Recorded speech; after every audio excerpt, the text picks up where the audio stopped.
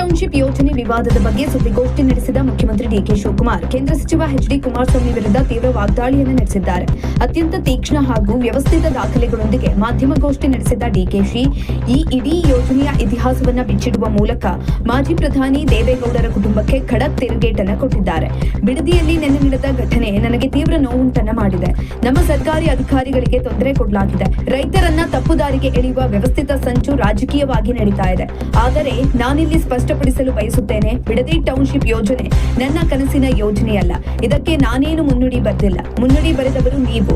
ನಾನು ಕೇವಲ ಹಿರಿಯರು ಹಾಕಿಕೊಟ್ಟ ದಾರಿಯಲ್ಲಿ ಅಂದಿನ ಸರ್ಕಾರಗಳ ಆದೇಶದಂತೆ ಕೆಲಸ ಮಾಡ್ತಿದ್ದೇನೆ ಅಷ್ಟೇ ಅಂತ ತಿಳಿಸಿದ್ದಾರೆ. ವೈಯಕ್ತಿಕವಾಗಿ ನಾನು ವ್ಯವಸಾಯ ಮಾಡದಿದ್ದರೂ ಜನ್ಮತಃ ನಾನೊಬ್ಬ ರೈತನ ಮಗ. ರೈತರ ಕಷ್ಟ, ಶ್ರಮ ಮತ್ತು ಅವರ ನೋವು ನನಗೆ ಚೆನ್ನಾಗಿ ಗೊತ್ತಿದೆ. ಯಾರಿಗೆ ನೋವುಂಟು ಮಾಡುವುದು ಕೂಡ ನನಗೆ ಇಷ್ಟ ಇಲ್ಲ ಅಂತ ತಿಳಿಸಿದ್ದಾರೆ.